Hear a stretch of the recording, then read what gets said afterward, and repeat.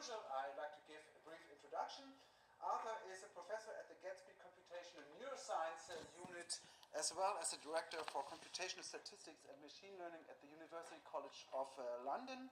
And in addition, he's also a research scientist at Google DeepMind, also in London, not far away here from the Gatsby unit.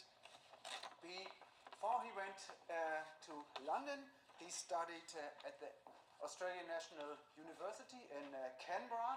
Then he moved to Cambridge to write his PhD together with Microsoft, as far as I understood. And then he was for 6 years at the Max Planck Institute in Tübingen. Back then it was not called for intelligent systems, but for cybernetic something. I can't really remember. And this is also where I think we met first. And then after his Tübingen time, he went to the machine learning department at Carnegie Mellon, and now he is for quite some time in London. His research interests include causal inference and representation learning, generative models, non-parametric hypothesis testing, and last but not least also kernel methods, and this is our joint interest. So thank you very much, Arthur, for being here, and we're looking forward to your talk. So thank you, for inviting me, and I'm really happy to be back in Stuttgart. I was in Tübingen for many years, so I know a little bit the city. So the title of the talk is Learning to Act in Noisy Contexts with Deep Proxy Learning. I will explain what all of these terms mean as we go through the talk. I want to emphasize, though, I like to get questions during the talk, so if anything's not clear, please raise your hand or shout out something, and I will do my best to answer. Of course, we can also do questions at the end, but I like to make things clear as we go. Okay, so I'm going to start with just a toy example, basically to introduce some terminology and set the scene around causality. So in this toy example, what we have is a hospital setting. And this hospital treats a disease X, and the disease can take either a mild form or a severe form in our toy example. All right? Now, the doctors see the disease, and then basically they prescribe a treatment A depending on the severity of the disease. So mild form, they're more likely to prescribe pills, and severe form, they're more likely to prescribe surgery.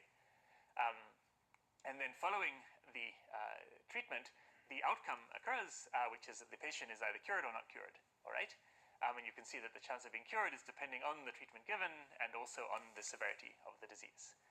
Now, what we observe looking at this hospital are the following statistics. So probability of being cured given pills is 0.85 in this toy example. Probability of being cured given surgery is 0.72, a bit lower. All right? How do we get these numbers? We get these numbers using this expression up here. And you can sort of see that it's broken into two terms. So basically, let's say that we observe that pills were prescribed, okay? But we know about this link. So then, given that pills were prescribed, we know that it's a little bit more likely that the disease was mild, okay? Less likely that it's severe. And so when we have the chance of being cured, given the treatment and the severity, we then weight it by this quantity, which is giving more weight to the mild form and less weight to the severe form, given that pills were used, okay? And then conversely, if surgery was used, it's more likely it's a severe form of the disease. We give more weight to severe, we give less weight to mild, okay?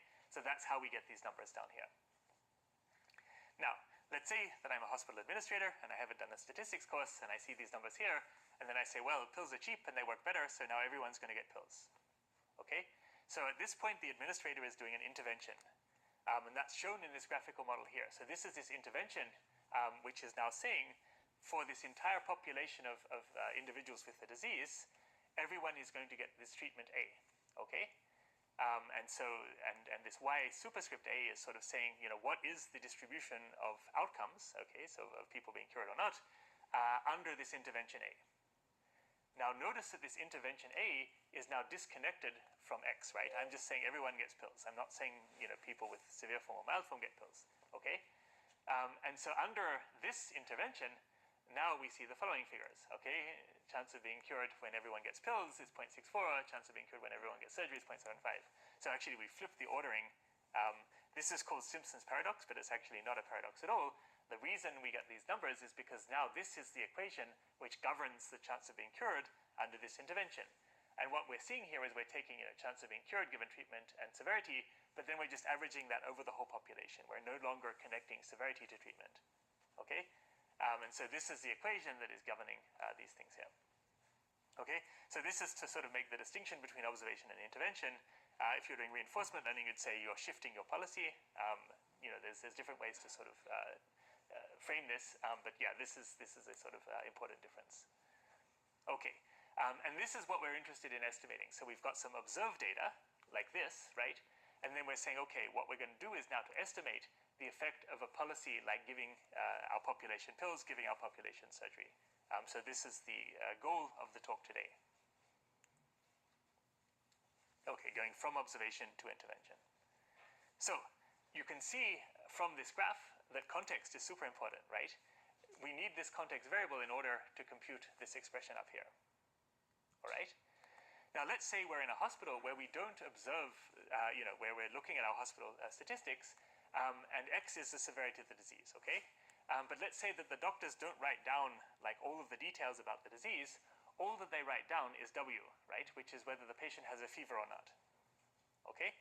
So one might infer that the fever is quite linked to the severity of the disease, and we're going to link it using the following conditional probabilities. So the chance that you have a fever when you have a mild disease is quite small.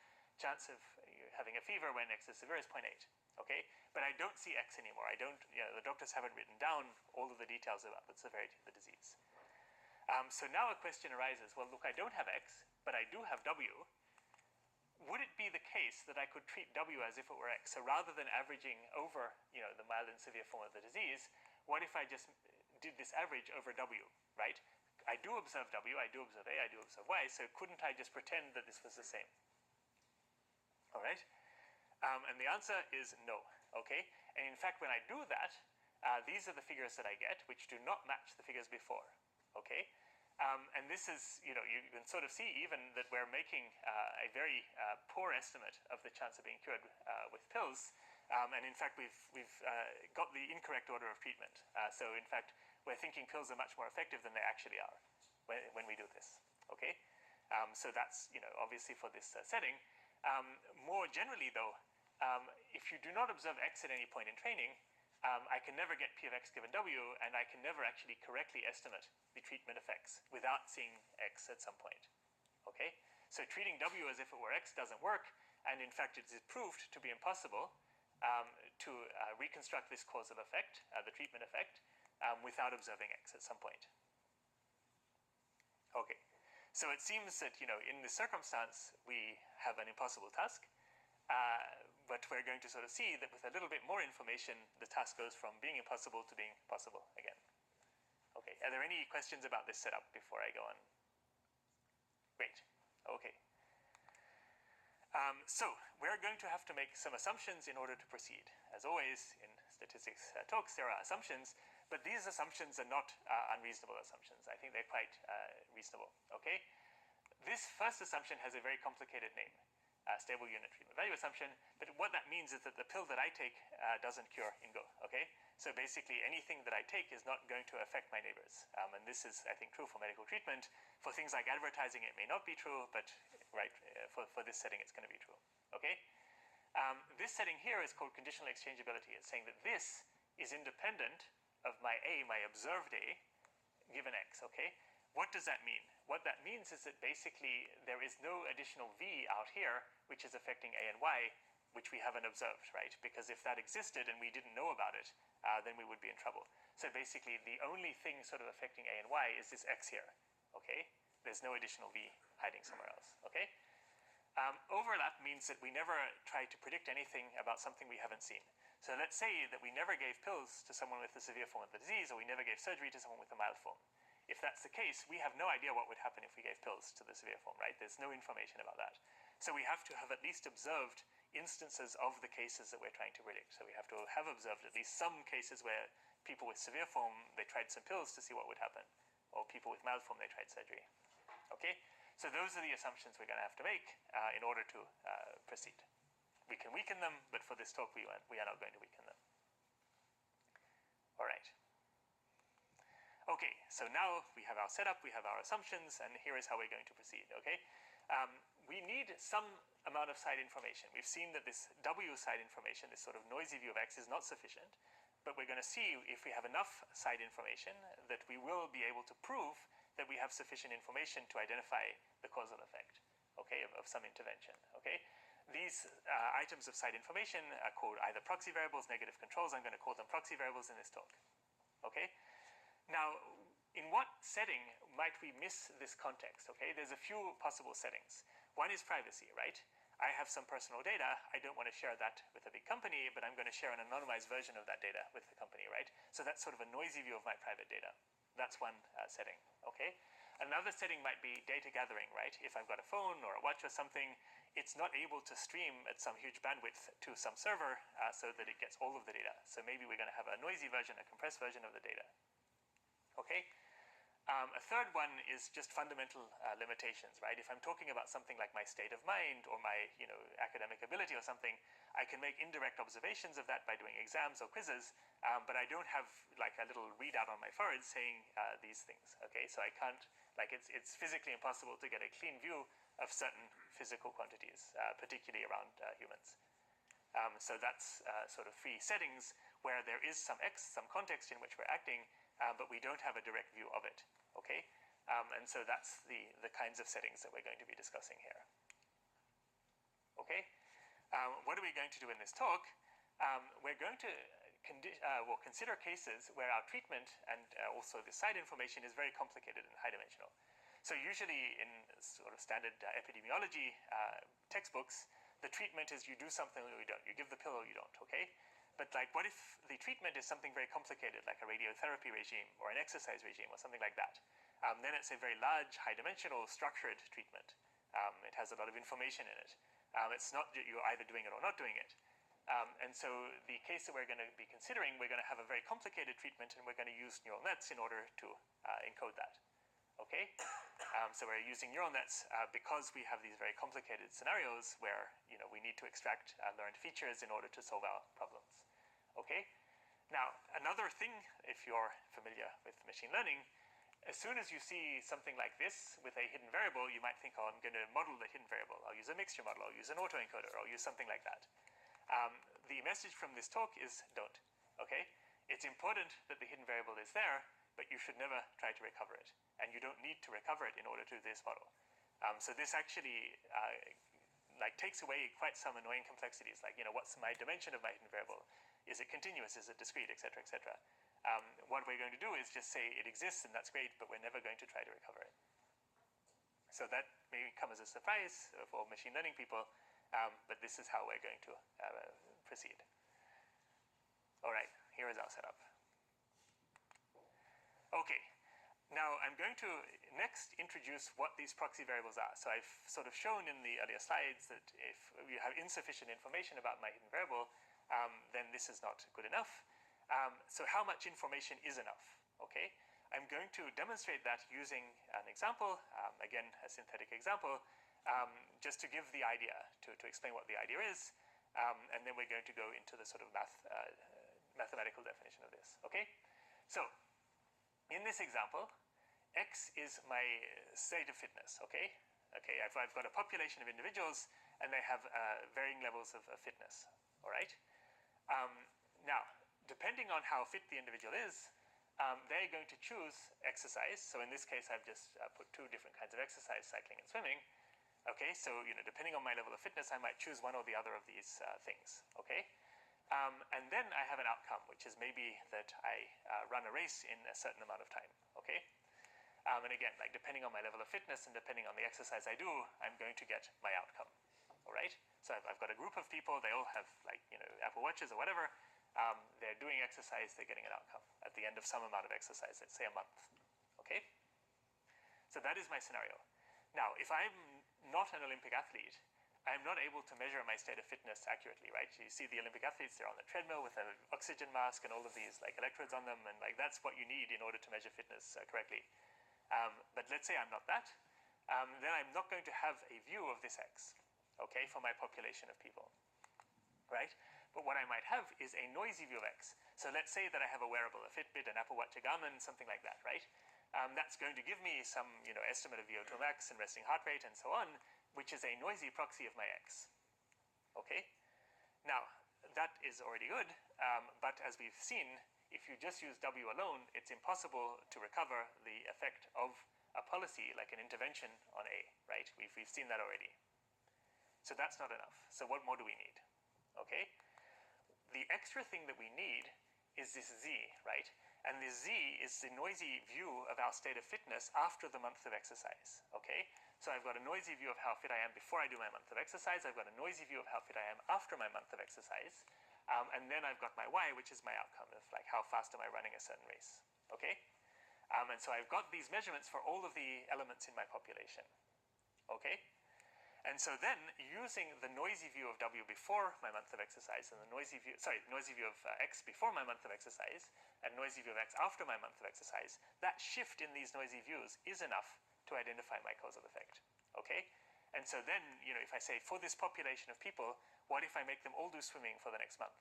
I can then identify the expected outcome in this sport for these individuals, okay, using these noisy views. All right. Just as an aside, we might be interested in something more complicated, like let's say all of the people with certain properties or behaviors. What happens if I make them take that exercise? So that's beyond the scope of this talk, but this is another question we might be interested in. But right now, for this talk, we're just saying, this pool of people, we're going to make them do swimming for a month and see what happens. Or this pool of people, we're going to make them do cycling for a month and see what happens. Okay. And using these noisy views of X, we are able to recover the causal effect of that intervention. Is that clear? Are there any questions before I go on? Because this is very important. Okay, very good. I want to sort of flag an additional setting where this occurs. This is in a privacy-preserving setting. So in this case, X is my email inbox and all my emails, right? A is prioritizing important emails. Y is that I deal efficiently with my emails. But obviously, all of the contents of my emails, maybe we have some privacy requirements on it, okay? So for our population of individuals, we have W, which is a anonymized version of these emails with a lot of details redacted. Z is the anonymized version of the emails after I've cleared my inbox. And using this shift in W and Z, we can again figure out the effect of doing some policy of prioritizing important emails. So the sort of key for this example here is that it's privacy in this case, which is the bottleneck, which sort of means that we're not able to observe X, but just a anonymized noisy view of X, okay? And obviously, the stronger the privacy constraint, the harder the problem, but you can still make some estimate of the causal effect. Okay, so that was the setup. Now I'm going to show in the abstract what this problem looks like, okay? So this is the general setting for proxy variables. I've got my hidden context, I've got my treatment, I've got my outcome. Now I've got my W, I've got my Z. You'll notice that this graphical model here has more edges than before. That's because the examples that I gave before are just special cases. In particular, you don't need to have any, let's say, requirement on the direction of causality between X and W. So this double-ended arrow means that, maybe X causes W, maybe W causes X, maybe there's a hidden common cause. We don't know, we don't care, okay? So we don't care about the nature of this link here. We don't care about the nature of that link there, okay? So this is a sort of more general graphical model of which these earlier examples were special cases. All right. So what specifically are the requirements we place on our variables in order to recover the causal effect? It turns out we need two assumptions. Okay. Assumption orange and assumption purple. And I'm going to use these colors throughout the talk so you can keep track of which variables we're assuming what about. Okay. Now, assumption orange says that W is independent of these guys, my outcome proxy and my treatment, given the X. So X is kind of a bottleneck that separates W from those two things, okay? So that is assumption orange. Assumption purple is that Y is independent of Z, given these two, okay? So that's assumption purple. So again, A and X bottleneck Y from Z, all right? These are the two assumptions that we need to make in order to recover the causal effect, only observing Z, W, A, and Y in our observational setting. Okay, so that sounds like magic, right? So in the next couple of slides, what I'm going to do is to show you why these assumptions are sufficient to recover the causal effect. I'm going to go through the entire proof. It's not a long proof, but I think it's important because it actually sort of shows you, at a very, I think, basic level, why these assumptions matter. And it's also going to show you some additional assumptions we need to make which are kind of common sense assumptions. So yeah. All right. So let's do the proof. Now I'm going to do the proof in the categorical setting, in the tabular setting, right, where x can take just one of some number of values, one of 5 values, a can take one of some number of values, and y can take some number of values, right? So these are presently not, high-dimensional continuous variables. These are quite low-dimensional, categorical variables. I treat or I don't treat, okay? So something very simple, okay? Now, this expression here is the expression we've already seen in the first slide, which is saying that what is the average effect of some intervention A? Well, I take my chance of being cured, given my severity and my treatment, and then I average that over my population, okay? So this is the expression that I'm going to use to compute this statistic, and we've seen that already, okay? I'm going to use a more concise notation for this so that I don't have to write sums all over my slides, which is in this vector matrix form, okay? So for every A, for every treatment, I have a dy by dx matrix, which is basically probability of each of my outcomes with each of my context variables, okay? And then I average that over the probability of each of my contexts, okay? So if this is 2, I have a 2 by 1 vector, okay? So I hope we're all comfortable with that notation, yeah? Okay. So this is what we want to compute, but unfortunately we don't see that, so we can't, okay? So our goal in the next slides is to have an equation with no blue in it, because if there's no blue in our equation, then we are done. All right. Now here is a thought experiment, okay?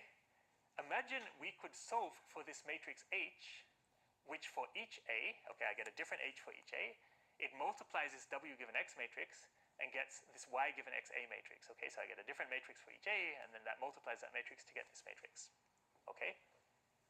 Now, I said, what if we could solve this? But in order to do that, there's an additional constraint that appears, right? Which is this W given X matrix has to be pseudo-invertible, right? Now, what that means is that the dW, right, the number of W's, categories that we might see, has to be greater than or equal to the number of X's, right? So my W has to be higher dimensional or equal dimensional to my X, okay? And the second thing is that the rank of this matrix has to be at least equal to dx, okay? So, what this means is that, like, imagine I have 2 different X's with the same distribution over W. Well, then I can't distinguish them by looking at W, right? So that's no good. Okay, so that's an assumption I'm going to need to make in order to solve for this H, okay? So a new assumption has been made, all right? Let's say that I've got this solution here. I mean, I can't do this, right, because I don't see blue, but let's say that I saw blue and I did this. Then what would happen? Okay, here is my average causal effect from the last slide, all right? Now what I'm going to do is I'm going to substitute this Y given XA into here. Okay, here it is. Now, PW given X marginalized over X, what is that? It's PW, right? So guess what? I've now found a way to marginalize over W in order to get my treatment effect, right? In the initial slides I said that was impossible. Now I'm saying it is possible if I've got this matrix H. Okay, any questions? Okay, so I've done a little bit of linear algebra. I haven't used my assumptions yet. This equation is from the last slide, okay? Now I need some way to find this H matrix. How do I do that? Well, what I could do is I could project these things onto some additional matrices. Yep? Once more, why do you need the index W for the H? Yeah, so that's a notational convention. In fact, I have a single H for all of the W's. You're right, yeah. I should maybe make H just A. So I will update that for my next slides. Yeah.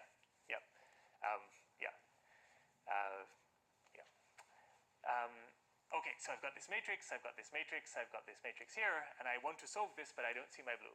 So if I could project this matrix onto 2 different matrices here, maybe I would be okay. All right?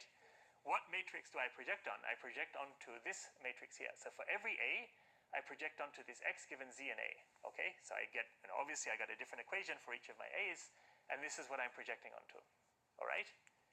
Now, I don't want to obviously increase the null space of my system by this projection, so what do I need to assume? I need to assume that dx is less than dz, and I need to assume that the rank of this matrix is at least the rank dx, right? So otherwise I would increase my null space, and then my H would no longer be recoverable. Okay? So again, I've made another assumption about the rank of my projection, but let's say that that assumption is true. All right? Now, I use assumption orange, right? W independent of AZ given X, right? That being true, then I can marginalize over X and get this equation here, okay? This does not have any blue in it, right? So what I've shown is that when I do this projection, I get an expression purely in terms of the observed variables. And I'm allowed to do that because of this assumption here. Next step, assumption purple, okay? Y independent of Z given AX, well that means that when I do this marginalization here, then I get Y given ZA. Again, purely in terms of observed quantities. No blue, right? I then combine these, and now I have a system of equations that I can solve for H. Once I solve for H, I can marginalize that over W, and then I have my causal effect. So that is the proof. And you can see in doing that proof, you know, what assumptions we need to make about the relative size of W given X, Z given X, you know, how informative they are about X, and then these two assumptions here sort of showing, you know, why this graphical structure applies. So any questions about that before I go on? Okay, so now, you know, it seemed initially to be magic, but now it's not. And notice that at no point did I attempt to recover my hidden X, right? It's useful that it's there, but I never tried to obtain it, right? I'm not doing sort of spectral methods or anything like that. Okay. Good. So that was a sort of simple linear algebra setting, but we are interested in real-world settings, okay, where we don't maybe have categorical variables, but we have high-dimensional continuous valued variables. So what happens when we take this idea and we apply it in the real world? Okay, there are two approaches that we took to doing this. We did it using kernels, and we did it using neural nets. The code for both the kernel and neural net methods are here. This is work with these very talented group of people. Yeah, I urge you to look at these papers. It's a pain to implement, so I also urge you to use our implementation in making this run. We're going to focus in this talk, and apologies to Ingo, on the neural net version. The kernel one's much nicer. Yeah. We'll focus on that, which is Yuan and Heishiro's work. Yeah. Okay. So we are going to do this using one model and one solution procedure. So this is a very easy talk to remember what's going on because there's only one model and one solution procedure. Here is our model. Our model is that any function is a neural net function of features. Right? Okay, surprise. But what we're going to do is to separate out the linear final layer from everything else in our neural net. So we're sort of explicitly, notationally isolating this linear final layer from all of the rest of the features. So, in principle, we could just say we've got all the parameters, but we're going to see there's a reason to consider the linear final layer separately. We're going to come to that reason soon, but not yet. Okay. One algorithm, okay? We're fitting everything using ridge regression. Okay? Ridge regression, I think we all know, right? So basically, we're solving our linear final layer by minimizing the squared loss of our neural net to y, and we're using this L2 penalty on the items, the elements of our linear final layer, so the sum of the squared linear final layer features, okay? So this is what we're solving to get the linear final layer. Now, what's interesting here is that given theta fixed, okay, the gamma, the linear final layer, is available to us in closed form, okay? So this is the closed form expression for the linear final layer in terms of the covariance between my neural net features and my y, and my variance, or this is cross covariance of y and features of x, and this is my covariance matrix of features of x with themselves, okay? And so using these two matrices, I can sort of plug that in here and get gamma in closed form, all right? And this is actually what we're going to do. So basically, we're only going to solve for theta by backpropagation, and then we're going to use this closed form for gamma. And the way we're going to do that is we're actually going to backpropagate through this solution procedure in order to get the theta features. So the gamma we never solve for explicitly, okay? So the gamma is sort of always known in closed form once we get the rest of the thetas. And we backprop through the Cholesky procedure to solve this in order to get those features with this closed form gamma. So I'll pause here. Is that clear for everyone? Yep. Do you have some limits on the size of the files?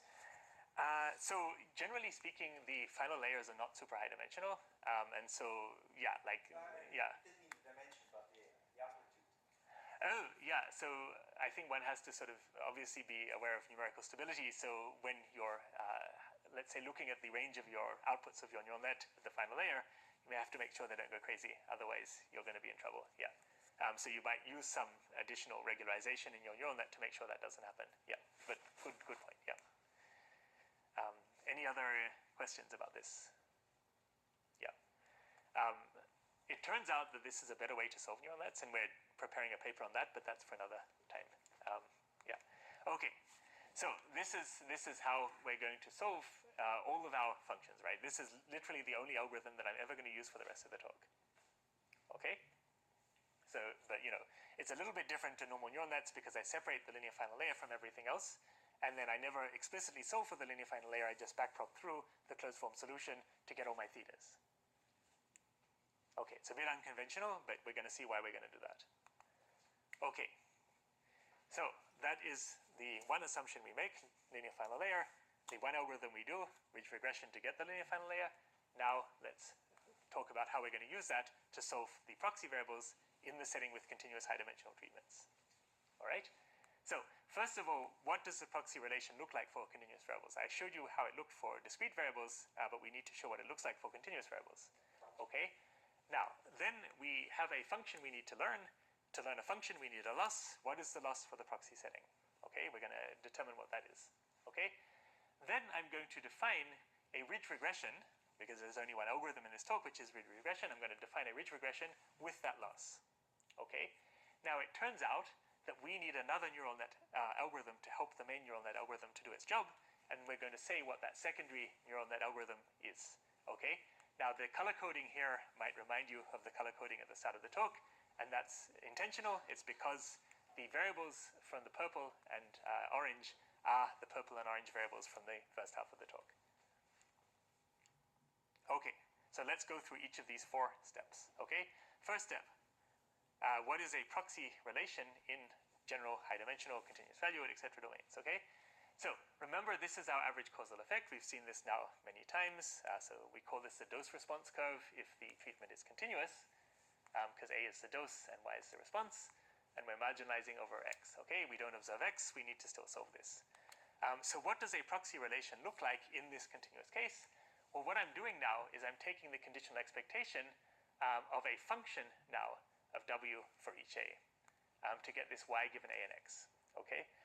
So at this point, this expression is the exact generalization of the linear algebra we did earlier, but now H is not a matrix anymore, it's a function, because W is continuous and A is continuous.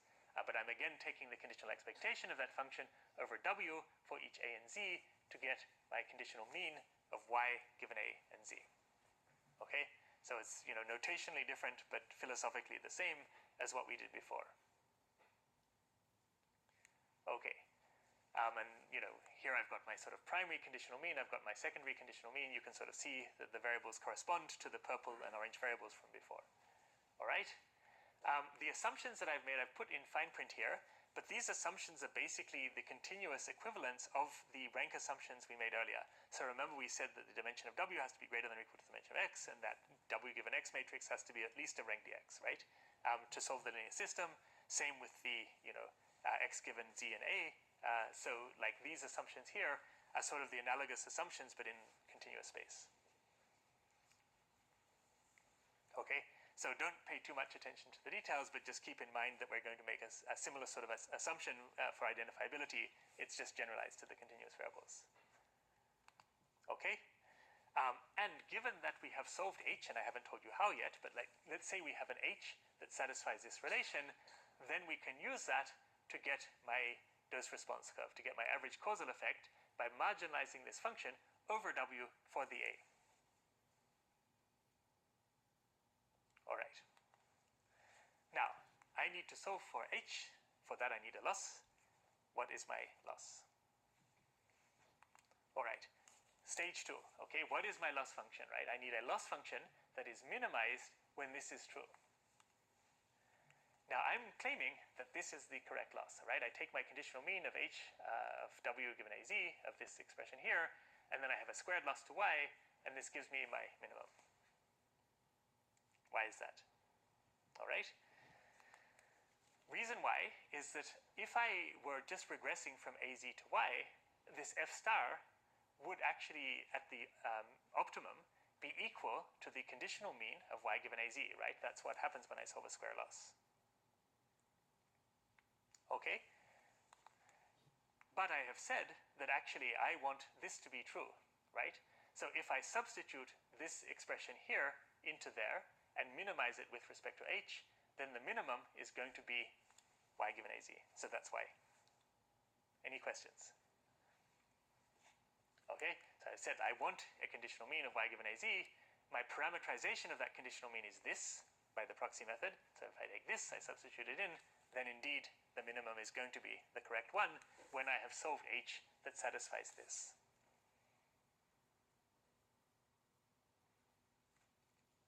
Okay. Next, I need a parameterization of my function, right? I'm going to minimize my function. I need to parameterize it somehow. Okay? This function has not one input, as my original slides had, but it has two inputs, A and W. Okay? Now, I could just define a single big neural net, which takes A and W and spits out a set of linear final layers, which I would then use this linear combination of to get my answer. I'm not going to do that. I'm instead going to define a neural net on my W, and a separate neural net on my A. So neural net on W has parameters theta, green parameters. Neural net on A has xi as its parameters. And I'm going to use the product of all pairs of features of these neural nets as my big, long feature of A and W. Okay? So that is the parameterization of my function. Linear final layer, this big vector of products of pairs of features of A and of W. So immediately you should have questions, like why, right? Why did I do this? Why did I do that? Right? This seems a little bit capricious, like why am I making these choices? Both are necessary, and we're going to see why they're both necessary on the next slide. Okay? But these choices are both like required to make this work. If I don't make these choices, it doesn't. Okay? So, I have my loss function, I have my parameterization of H, and then my next goal is to define my primary, let's say neural net training procedure in order to solve for my H, right? And remember, my H is made up of this gamma, this theta, and this xi. Okay, so these are the parameters I need to learn. All right? So here is my loss. Like I've said that I'm going to use this loss, right? I'm doing ridge regression because there's only one algorithm in this talk, which is ridge regression. And then if I minimize this, then, you know, as my regularization decreases, I'm going to find an H which satisfies this proxy relation. Now, normally, when you do regression, you don't have EW given AX of my function. I would just have my function on its own, right? So this is a little bit different to normal regression. Normal regression, I just have a squared loss, I have my function, I have my output. But now I don't have my H on its own. I have the conditional mean of my H, right? And I'm saying my conditional mean of my H should be close to my Y. So that is different, okay? Now, when you see an expression like this, and like the input to your loss is a conditional mean of your function rather than your function, then what do you do? Okay? So there's a few possible solutions to that. The first solution that comes to mind when you sort of see something like this is, well, maybe what I could do is I could learn to sample from W given AZ, right? And then I could compute that mean using a sample. And this was one of the earliest approaches to tasks of this kind, all right? I just learn a sampler, I use a diffusion model, I use again whatever my favorite sampler is, and I learn to sample from W given AZ, then I take that sample mean and then I minimize this thing over my H, all right? It works, okay, it's possible to do that, but it's not necessarily a smart idea. Why not? Well, if I'm sampling, I'm just adding a lot of variance, right? Not necessarily for good reason. If W is high dimensional, then maybe learning a diffusion model for that, or a conditional diffusion model, is actually hard. Maybe I'm not going to cover the support of my W correctly, right? It's not necessarily guaranteed to give a good estimate of this expectation, okay? So in a way, like if I'm taking this sampling approach, I'm solving a harder problem than the problem I want to solve, right? All I want to do is get a conditional mean, but suddenly I'm sampling from the whole distribution of W given AZ. I mean, that seems like I'm doing something very hard to solve something that isn't as hard as that, right?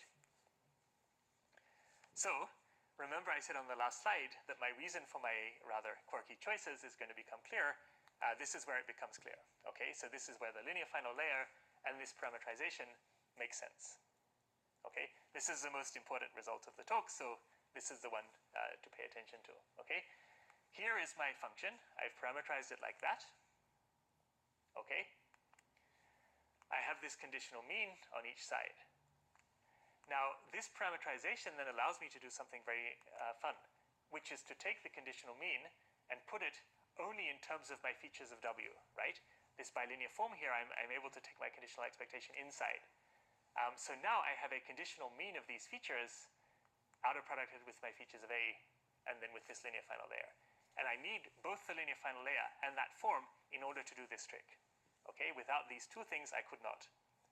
And so now I've taken a hard problem, which is like sampling from W given AZ, and I've got an easy problem, computing a conditional mean, right? Of a particular dictionary of features. How do I compute a conditional mean? Well, I do ridge regression, right? So conditional means are very, very easy to get. Sampling is hard, conditional means are easy. So basically what I'm going to do is I'm going to learn a function from AZ to W given AZ, expectation of W given AZ, of these features using ridge regression, okay? And my linear final layer is now a linear final matrix. Why? Because I've got a output which is a vector of features. Any questions about that? Okay, so this is like the core slide of this talk, and if you remember nothing else, like this is a slide to remember. And in particular, like I've used that for this proxy method. But basically, like any regression function where you're using neural nets and you've got a conditional expectation inside here, you can use this trick. You don't have to sample, you just use the conditional feature mean. So there's another algorithm called instrumental variable regression. It's the same story. I've got a conditional mean here, and I use the same trick to solve it. So it's a trick that sort of applies very broadly, not just to proxy variables. Okay. So now I need to solve this using ridge regression, and I sort of told about my fourth stage of those four stages, which is my sort of secondary neural network, which is going to solve this intermediate problem in order that I can then solve this primary problem, okay? And there's only one algorithm, ridge regression, so how do I solve for this variable here? I do ridge regression, right? So I have a matrix which maps my features of AZ with a different feature zeta to my features of W, okay? And then, just as I did before, I have f in closed form with respect to these features here, so I can backprop through Cholesky to solve for my zeta features. Okay, so that means I have my f in closed form, and I can backprop through Cholesky to get my zeta in closed form for a given theta, okay, for a given set of features that I'm trying to regress to. Now here, you might make a mistake that we made, which is to also say, well, I can optimize this, right, with respect to zeta, but why not also with respect to theta? So does anyone want to guess why not? So look at where theta appears in this regression. It appears in the output, right? So if I optimize this expression here with respect to my output, what am I going to do? I'm going to learn a theta, which is going to make this a vector of zeros, and then I'm going to say, yeah, that's an easy regression. I'm done. Okay, F is a zero matrix. And that's fine. That's true for this. But then what if I want to use this later on, right? It's not very useful to have a vector of zeros as the input to my next stage. So that doesn't work. Okay. So I have my f. I have optimized over my zeta. But for this process, I must fix theta. Okay. I'm not allowed to optimize over theta. Any questions about that? Okay. So this is my secondary neural network, and this neural network, when I solve it, is going to then help me to solve my primary one. All right. Okay, so now we have the final algorithm, which is all going to be on this slide. Okay, so I need to solve for my theta, which is my features of W, my xi, my features of A for my second stage, and my zeta, my features of A and Z for my first stage, okay? This stage here, okay? So first of all, I do what I did on the previous slide, right? I find my linear final layer for this secondary neural net, and I backprop through Cholesky to solve for these zetas, but nothing else, okay? Now, I'm going to solve, I've got my f, which is a function of theta, okay? I'm going to solve for gamma in closed form, which is going to be a function of this. And then I'm going to backprop through Cholesky to solve for my green parameters, my primary parameters. And this is allowed because if we go back and we look at this regression here, right? This regression here, the green parameters in my input to my regression. So I am allowed to optimize my green parameters with respect to this squared loss. Okay? Oops. So yeah, so then I do that. I backprop through Cholesky for these. And then basically how am I going to solve this? I'm going to alternate, right? I'm going to alternate between optimizing my green parameters on my primary loss and optimizing my orange parameters on my secondary loss. I'm going to go back and forth between the two of them until I get convergence, okay? This is a little bit of a heuristic, but what's sort of essential in making this work is all of the tricks that we use. So the linear file layer and so on, right? Without these tricks, this doesn't work. So yeah, if you just have like a neural net and a neural net, it doesn't work correctly. All right. So this iteration between solving my green and my orange is the way to solve this thing. Okay?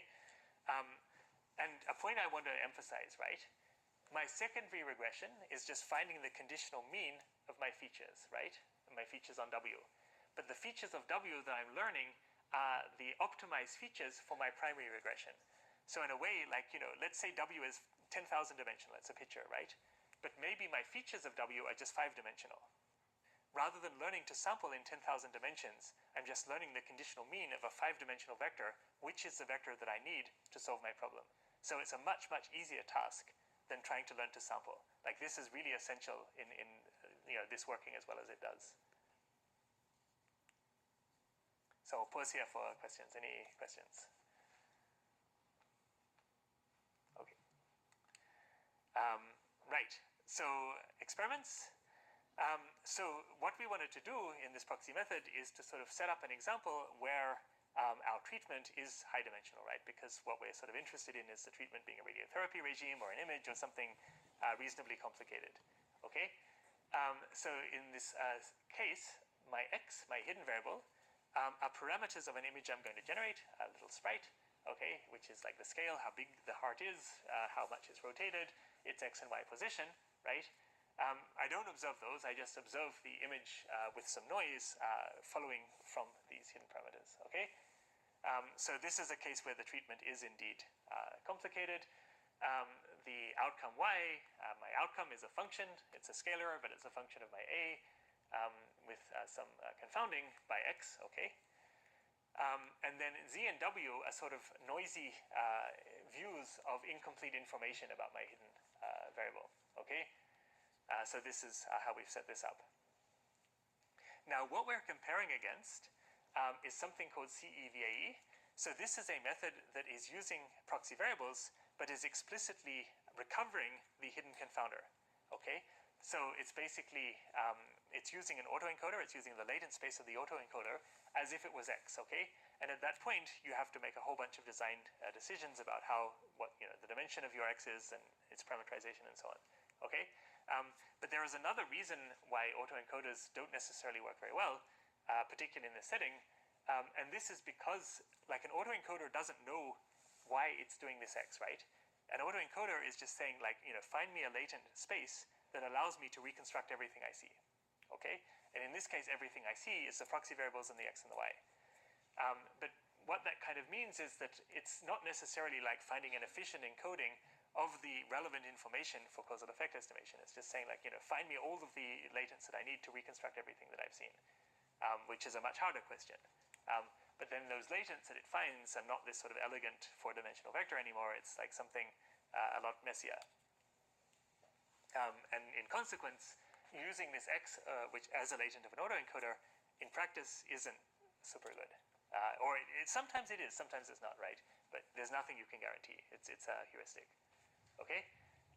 And of course, we have experiments where, because we publish, we have to do better than the competing methods, so we do. So on the x-axis is dataset size, so obviously more data makes the problem easier. On the y-axis, there is an error in the recovered causal effect, so obviously lower is better. What we're comparing against here, the blue, which is ours, is obviously the deep feature case where we're using neural nets. Then basically these two here are two different kernel methods. So one is a kernel method which basically implements exactly this two-stage regression. which we described here. And then the other is a kernel method which does a moment matching approach, which I haven't talked about, okay? So obviously I can use kernel features rather than neural net features to do everything that I talked about, but yeah, that's the alternative approach. And in this case, because we've got images and so on, the neural net features do a bit better. For this experiment, Yep. how is generating a noised image treatment? Like usually if I have treatment, I have some choices, right? But this sounds like there's only a button I can press and then it generates the image. Yeah, so I mean, in this case, basically, like you can sort of imagine X being, if X is, let's say, some properties of a cancer, then my A could be the radiotherapy regime, like where am I going to apply radiation? And so somehow, like the treatment here is like an image, and the image is depending on my properties. Another example might be, let's say, X are demographics of my individuals, and A is like an ad that I'm showing them, right? So the ad will be something quite complicated. It will have some text and some images, but then the demographics might be my age and my, income and my whatever other properties might be. Yeah. No, my question here was, do I always have the same image, which I then let be like rotated and so on? Or Right. So the image here, the A is going to depend on my X, right?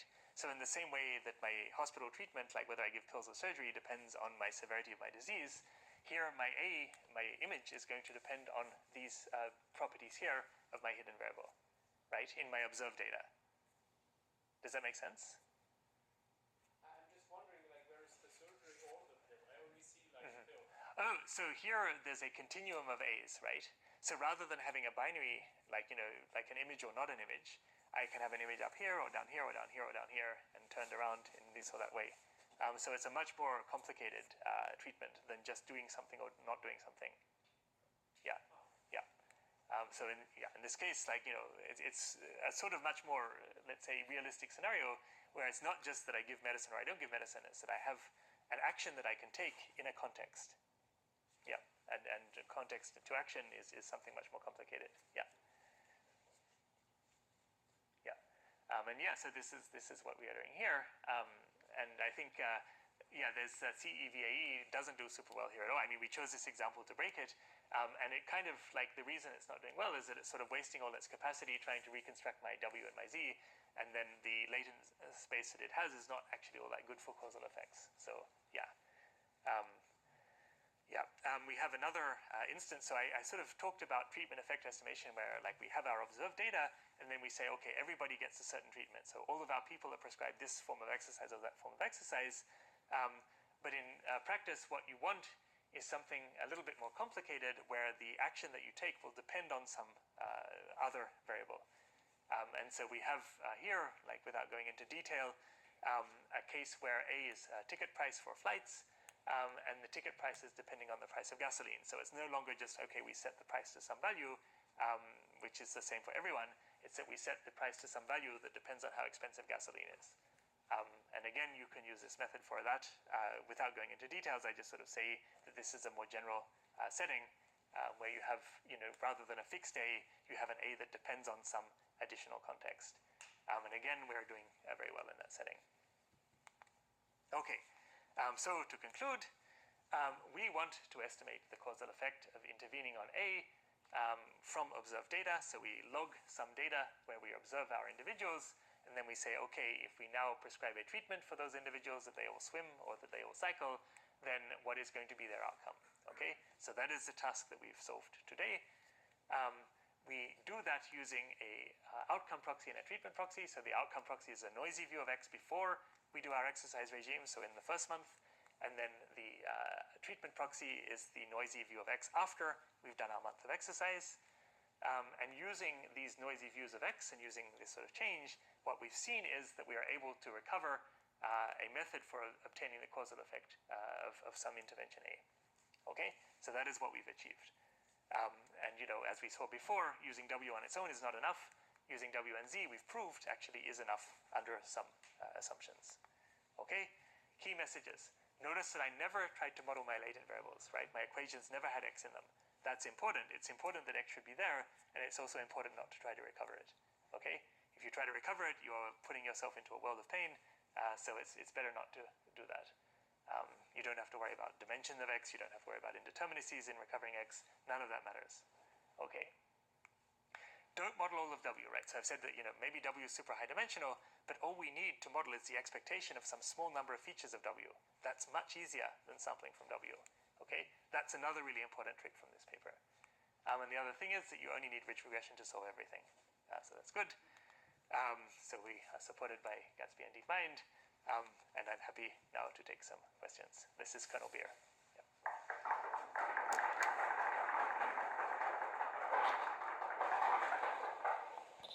Yeah, thank you very much, Afra, for this very interesting talk. So, we are for questions.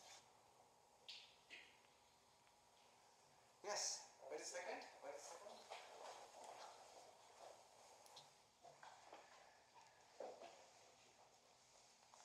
So you made several assumptions of independence and also that your Z and W encode enough about X. Yep. So if in practice these assumptions don't hold, I guess you would still apply this method. Yep. Do you have any idea whether it still works well? Yeah, no, I mean, I think this is a really good question because in a way, like these assumptions are unverifiable, right? I've got my observed data, but are my noisy proxies sufficient to like encode this X?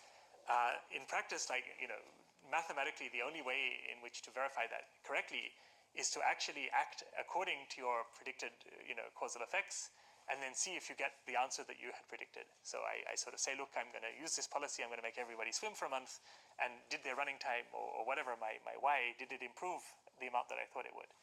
And obviously if it doesn't, then it doesn't. One can also sort of make models of like, if, let's say, my W is an incomplete view of my X, I can sort of make assumptions of like how much have I missed, and then in consequence, like how badly is my, so now I don't get just a Y anymore, I get sort of an interval for my Y. So that's another approach we can take. One additional validation, like this is very unsatisfying, but it's an approach that's also, let's say, a sanity check, is you just do, good old regression from X to Y, okay? And then you do basically the regression using these proxy methods, and you see if you get a different answer. If you get a different answer, then the W and Z are doing something. If you get the same answer, then they're not. So that's a sort of sanity check that people use. But ultimately, like the only valid check of this is to actually intervene on the world, like to run a new experiment. You do the intervention, and you see if things work as they should. Yeah.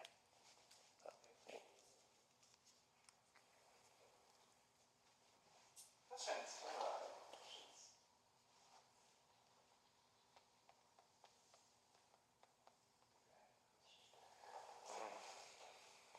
So, because you said you're doing neural networks rather than kernel methods. So, basically, if you look at the formulas, the gamma is just the solution you would get from a kernel method if you use that feature map. Yeah, exactly. Yeah. So, isn't that your high level learning the kernels of neural networks? This is I think a really good intuition. Yeah, I mean these are my feature maps, right? And so here I'm sort of adapting these feature maps to my data. So yeah, like it's really learning the kernel. Yeah. That's right. Yeah.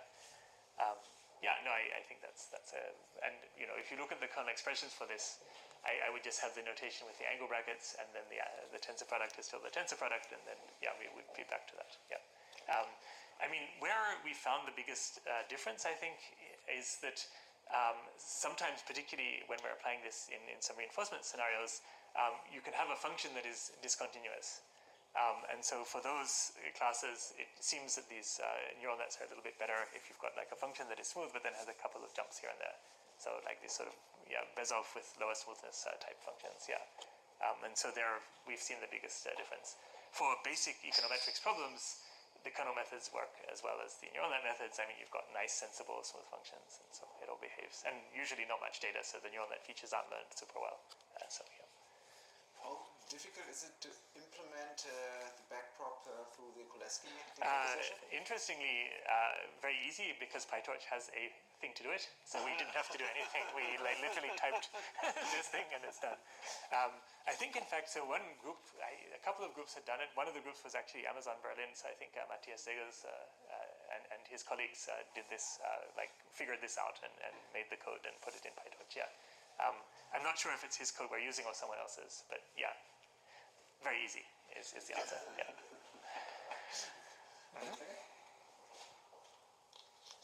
Yes, so it was a bit hidden, so I'm slightly suspicious for the experiments. Did you fiddle with trying different neural network architectures, or did you just say, okay, we just put some standard architecture? Yeah, I mean, here we did not try very hard, partly because the let's say the setting is a fairly basic one, right? It's these sprite images. So I think, we had some very quite shallow and simple convnet for this. Yeah. The details I think are in the paper, but for sure with something this simple, we had a very, very simple architecture. Yeah. Thanks. Further questions? Yes. At the very back.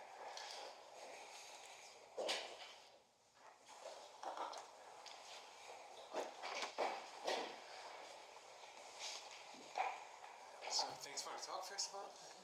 So I had a question regarding the VAEs that you compared here, because they're comparably the worst of all Yep.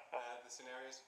Where this VAEs where you train based on input reconstruction, or because you could also just use an information bottleneck and reconstruct whatever observables you want to recover? Yeah, this is, I think, a very good question. So what we're trying to do for the VAE, I